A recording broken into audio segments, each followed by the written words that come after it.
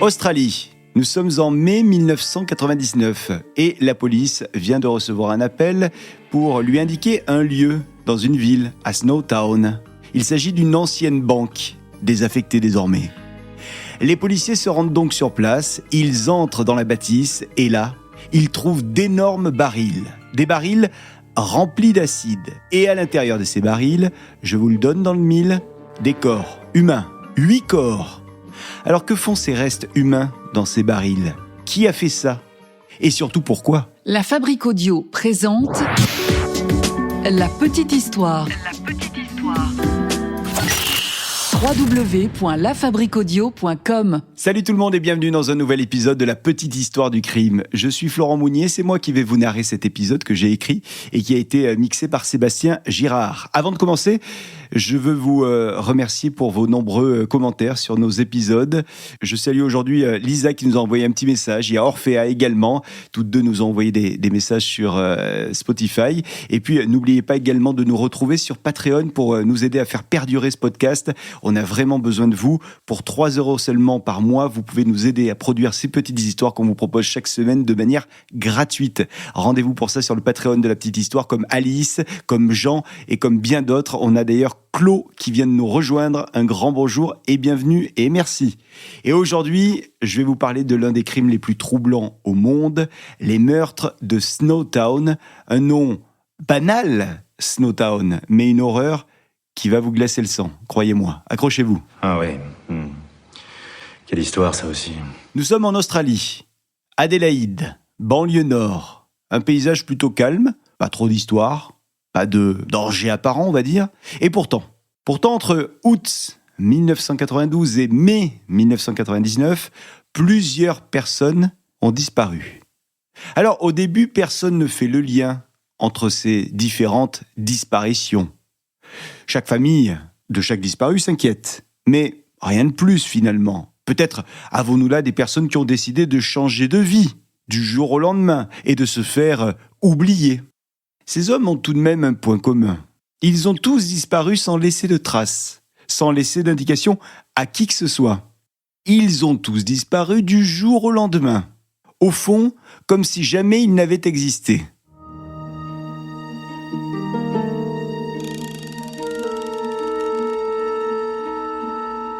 Laissez-moi vous présenter un homme. Cet homme-là, c'est John Justin Bunting. Un nom que vous allez entendre souvent dans ce podcast. Bunting est né en 1966. Alors on dit de lui qu'il est un homme plutôt charmant quand il le veut bien. Et j'insiste sur quand il le veut bien. Donc parfois il n'est pas aussi charmant que ça, vous l'aurez compris. Certains diront même de lui qu'il peut être violent. Et cette violence, elle est vraisemblablement arrivée très tôt, dès son plus jeune âge. Par exemple, enfant, on dit de lui qu'il martyrisait des animaux. Faut dire que chez lui, paraît-il, c'était pas la joie. Bon, quoi qu'il en soit, le temps a passé. Et le petit Bunting, il a grandi. Et il est devenu ce qu'on appelle un militant néo-nazi. Alors le militant s'est même fait des copains. Des copains eux aussi, néo-nazis. Des copains avec lesquels, vous allez le voir, il a des valeurs communes. L'un de ses copains, c'est Robert Joey Wagner. L'autre, c'est James Spiridon Vlasakis. Et puis, plus tard, il y en aura un troisième qui va rejoindre le groupe, Mark Ray Hayden. Alors, Robert, James, Mark et notre personnage principal, j'ai nommé John, eh bien, je vous le disais, ils ont des points en commun. Je vous parlais de valeurs communes à l'instant. Et pour cause. Ils se disent justiciers. Ouais, des justiciers des temps modernes, on va dire. En fait, ils prétendent vouloir, je cite, nettoyer la société, en tuant ceux qu'ils jugent mauvais pour cette société. Alors, parmi ces gens mauvais, il y a notamment les pédophiles. Mais il y a aussi tout simplement les homosexuels. Le leader de ce groupe, vous l'avez compris, c'est donc John. Et John, il se fait appeler Dieu, tout simplement. Et quand ce n'est pas Dieu, c'est Maître. Ou sinon, appelez-le Lord Sir, ça lui plaît. Ou bien encore, Inspecteur en chef. Le groupe va donc commencer son nettoyage. Nous sommes en août 1992. Et la première victime, c'est Clayton Douglas Traces, un jeune homme qui a la vingtaine. Bunting va provoquer une rencontre avec ce jeune homme et il va l'inviter chez lui. Il y a donc une conversation normale qui va commencer.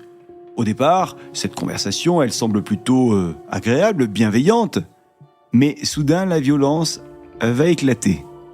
Alors, je ne vais pas rentrer trop dans les sales détails, mais ce que John va faire à ce Clayton est atroce. Et en plus de la barbarie de son acte, John va imposer à Clayton de lui refiler ses données bancaires, données que ses copains vont ensuite utiliser pour aller empocher l'argent de Clayton à la banque.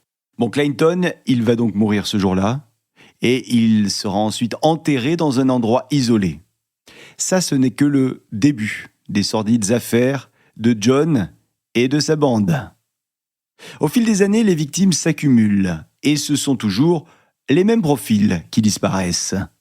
Des hommes vulnérables, des hommes homosexuels bien souvent. Et parfois Clayton raconte que ce sont des pédophiles.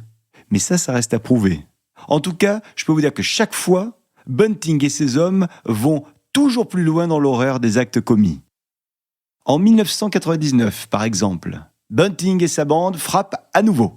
Mais cette fois-ci, ils viennent de tuer l'épouse de l'un d'entre eux. L'épouse a disparu, et le frère de la disparue donne l'alerte à la police.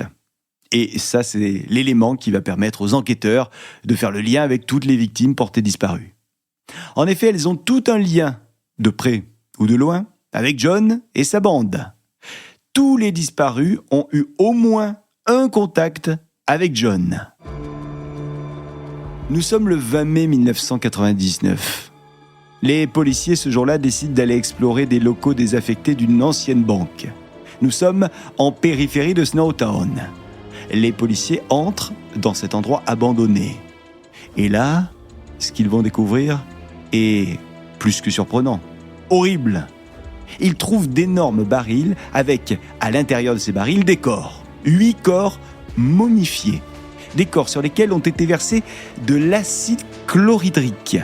Et ces barils ont été stockés dans la chambre forte de la banque. Alors les forces de l'ordre vont peu à peu remonter la piste. Et la vérité va remonter, elle, à la surface. On va découvrir que les meurtres ont commencé en 1992, bien avant la découverte des corps de la banque de Snowtown. Alors Bunting et ses coéquipiers vont être arrêtés rapidement. Le procès va démarrer. Et, vous l'imaginez, ce procès va devenir l'un des plus longs de l'histoire judiciaire australienne. Près d'1 an de procès. Le 8 septembre 2003, Bunting sera reconnu coupable et condamné à 11 peines consécutives d'emprisonnement à perpétuité sans possibilité de libération conditionnelle.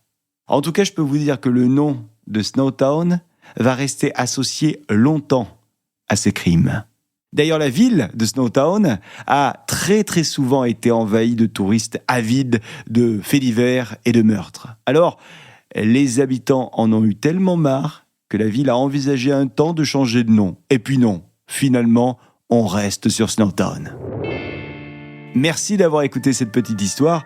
Si vous voulez que l'on raconte d'autres affaires comme celle-ci, dites-le nous sur vos plateformes préférées. N'hésitez pas à partager cette petite histoire si elle vous a plu. Likez-la, faites des commentaires sur les plateformes et puis abonnez-vous à la petite histoire pour être sûr de ne rater aucun épisode. Et je vous rappelle également qu'on vous attend sur le Patreon de la petite histoire pour 3 € par mois. Vous pouvez ainsi nous soutenir et nous aider à produire des petites histoires. C'est hyper important pour que nous puissions continuer à faire ce podcast de la petite histoire. Bon, est-ce que vous connaissiez cette histoire de Snowtown ? Dites-nous tout en commentaire, on vous attend. Salut. La Fabrique Audio présente La petite histoire. Vous souhaitez devenir sponsor de ce podcast ? contact@lafabriqueaudio.com. Avant de se quitter, je vous rappelle que La Petite Histoire est un podcast de La Fabrique Audio. La Fabrique Audio réalise des podcasts de marque et d'entreprise. Donc, si vous cherchez pour vous, pour votre entreprise, pour votre marque, un studio pour faire des podcasts, n'hésitez plus. Envoyez-nous un mail, contact@lafabriqueaudio.com, la fabrique avec un K.